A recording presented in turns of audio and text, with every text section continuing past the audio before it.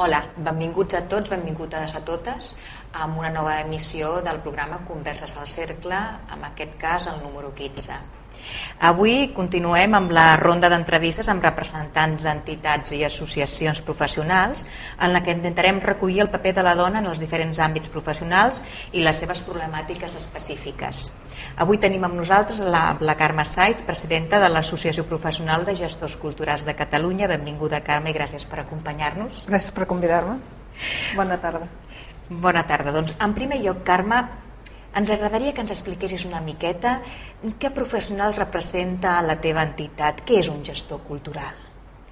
Un gestor cultural és un professional que evidentment es dedica a la cultura, però tenim professionals que es dediquen a la cultura i que gestionen cultura des de camps molt i molt diferents, des del sector públic i des del privat, des de l'empresa petita fins a empreses molt i molt grans, i també a nivells molt diferents.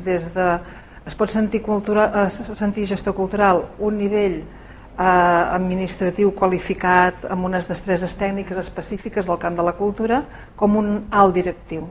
Per tant, el ventall de possibilitats és molt i molt divers, i de fet parlarem de totes aquelles persones que s'involucren, gestionen i es preocupen per treure de la producció cultural el millor rendiment possible i per posar la cultura, és a dir, la producció cultural en relació amb els seus públics.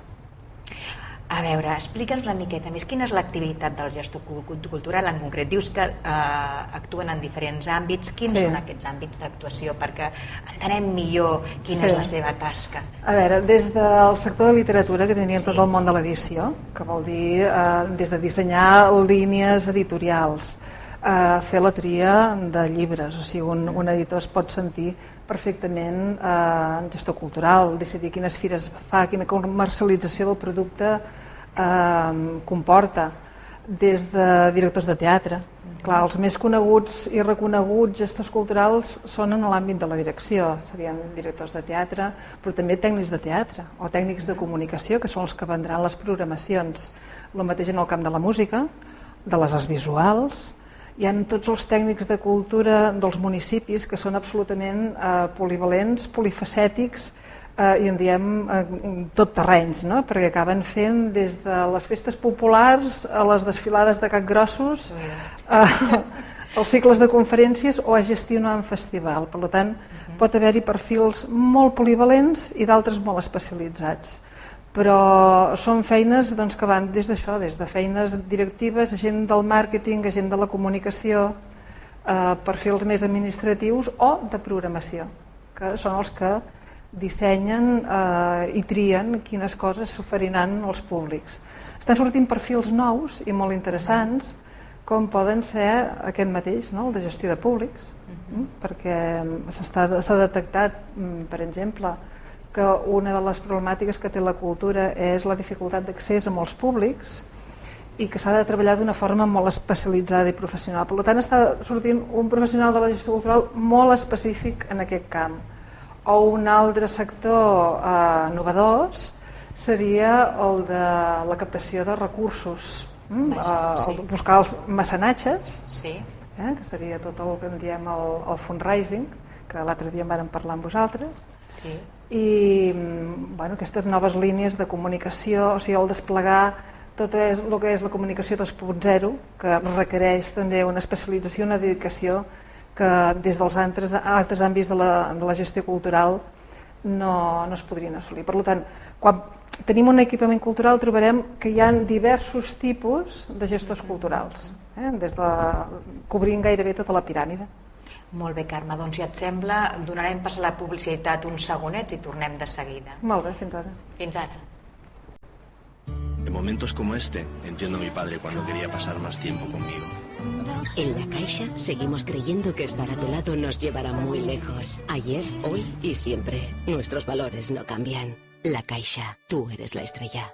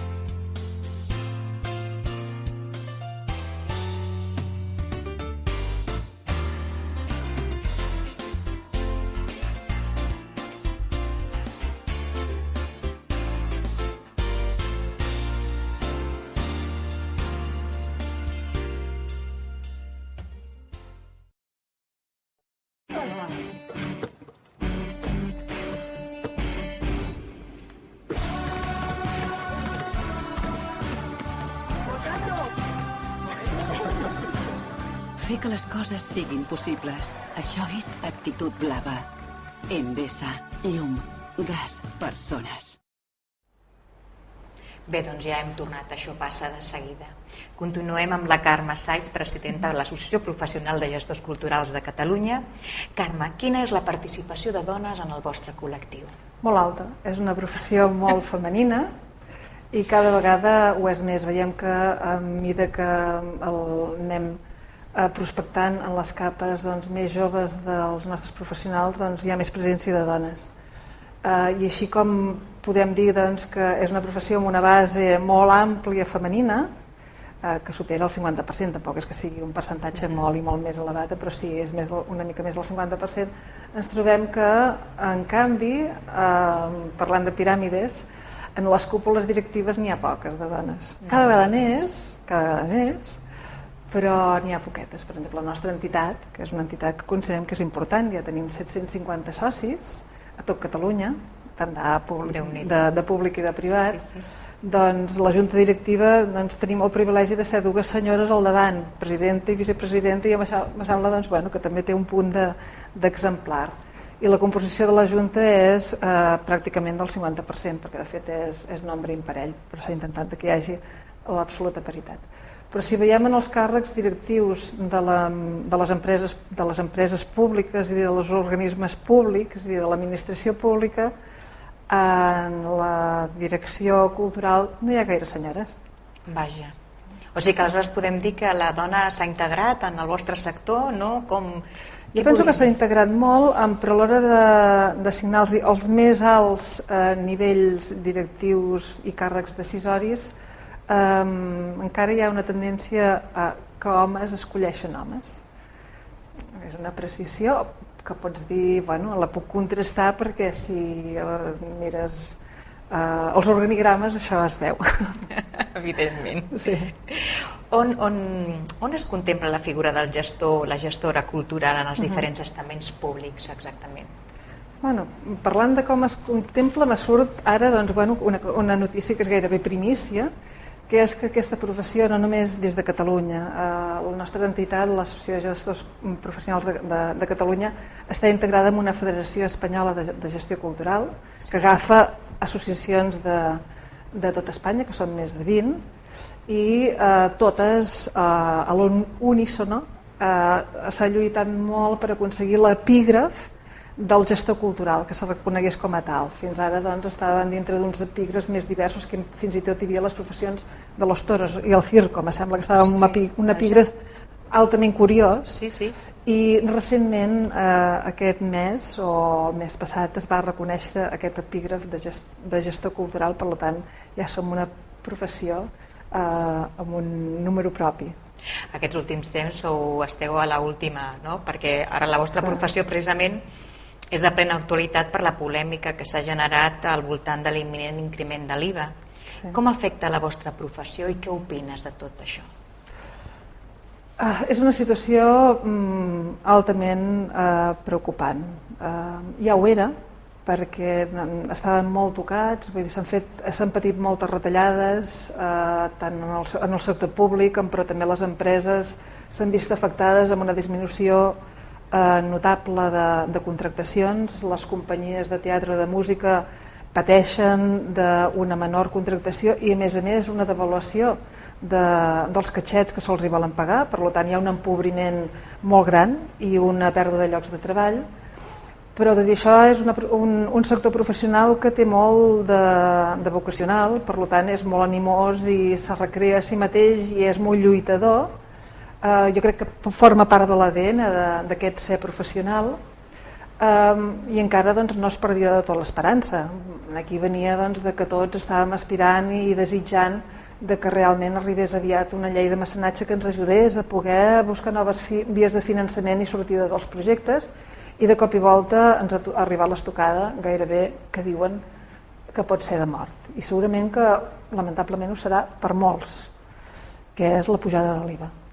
S'esperava una pujada de l'IVA que podia ser de 2 punts, del 8 al 10, i ha sigut de 13 punts, que realment ens tomba enrere. Vull dir, serà l'IVA sobre la cultura més elevat de tota Europa. I estem parlant, si estableixes una comparativa amb altres països que tenen un nivell de vida i un nivell de sous molt superior que els que tenim nosaltres. I en canvi, doncs, la repercussió que tenen dels IVA són molt més baixos, es respecta molt més la cultura com un bé necessari.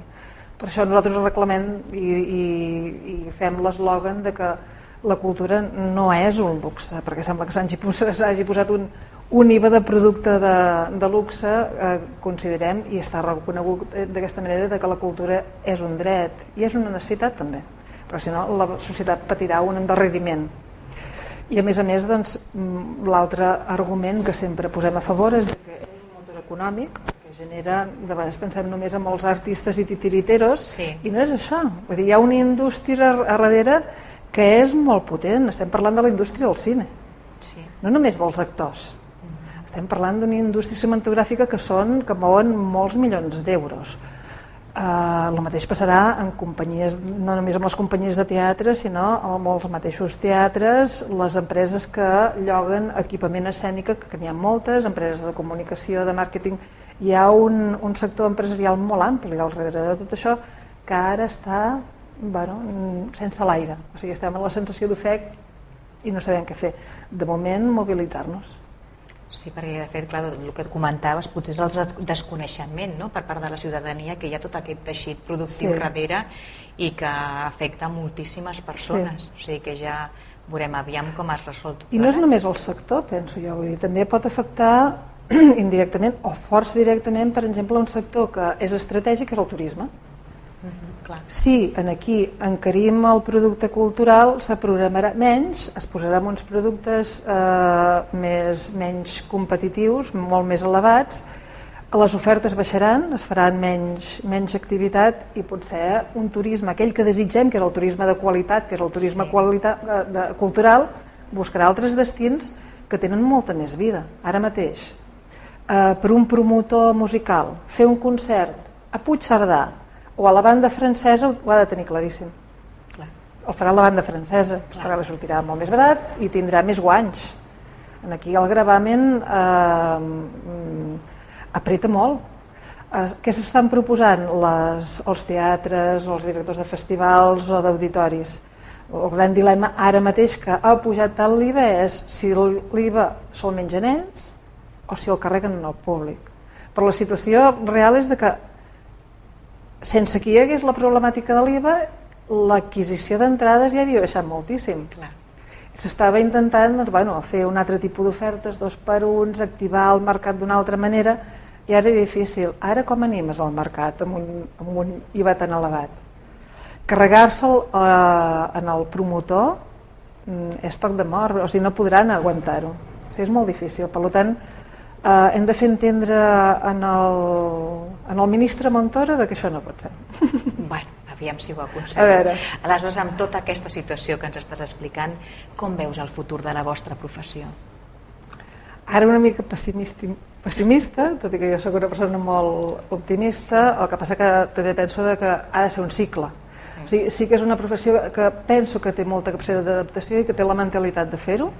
Tothom entén que no és una crisi sinó que és un canvi molt de sistema, per tant que ens hem de posar les piles a entendre i a fer les coses d'una altra manera, o sigui, amb això hi estem treballant.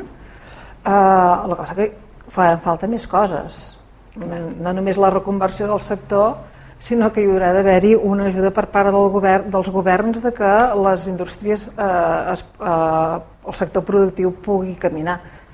El mateix que li passa a la cultura li passa al comerç. Si no s'activa el consum, a tots ens passa el mateix. Per tant, tant la cultura com els comerciants d'aquest carrer ens passa exactament igual. S'ha d'activar el consum. I la manera que s'estan portant les polítiques em sembla que no van per aquí, al contrari. Fins i tot la gent que té diner ha deixat de gastar. Per tant, si no gira la roda una altra vegada cap a l'altre cantó, jo penso que hi haurem d'arribar, perquè els fets ho demostraran, i el 2014... Veus? Ara aquí, mostra d'optimisme, començarem a caminar una altra vegada bé. Bueno, esperem que així sigui, o fins i tot abans. Esperem. Carme, no sé si vols afegir alguna cosa més o què et sembla? Ja s'ha explicat tot? Bé, estàvem parlant abans del tema del mecenatge. Jo, com que la vostra associació és de senyores empresàries, aquí saludo. animals de que s'engresquin, a conèixer més la feina que fem des de la cultura i de que vulguin participar-hi, no només posant diners, sinó implicant-se en els projectes, que això em sembla que ens enriquirà mútuament a tots. Molt bé, doncs Carme, si et sembla, et convidarem a un proper programa i parlarem exclusivament d'aquest tema per aviam si així engresquem a totes les telespectadores i telespectadors que també tenim, homes. I a totes vosaltres i a tots vosaltres, gràcies per continuar ahir veient els nostres programes i fins la propera. Adéu. Bona tarda.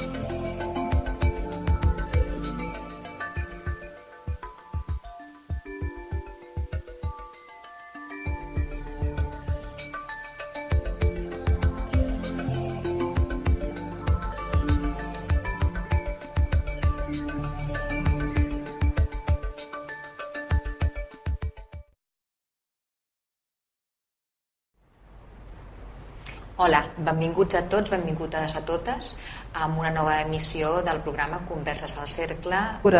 De la producció cultural al millor rendiment possible i per posar la cultura, és a dir, la producció cultural en relació amb els seus públics.